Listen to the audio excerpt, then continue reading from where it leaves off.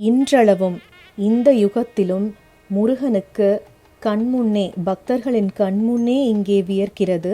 அந்த அதிசயம் ஒவ்வொரு ஆண்டும் சூரசம்ஹாரத்தின் போது இங்கே நிகழ்கிறது.